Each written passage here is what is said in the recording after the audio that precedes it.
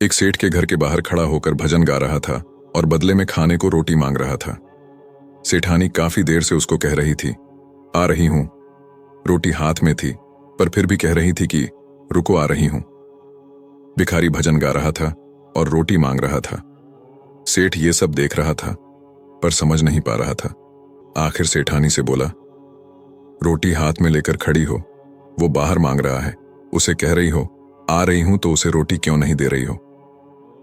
सेठानी बोली, हाँ रोटी दूंगी, पर क्या है ना कि मुझे उसका भजन बहुत प्यारा लग रहा है। अगर उसको रोटी दूंगी तो वो आगे चला जाएगा। मुझे उसका भजन और सुनना है। यदि प्रार्थना के बाद भी भगवान आपकी नहीं सुन रहे हैं, तो समझना कि उस सेठानी की तरह प्रभु को आपकी प्रार्थना प्यारी लग रही है। इसलिए इंतजार करो और प्रार्थना करते रहो।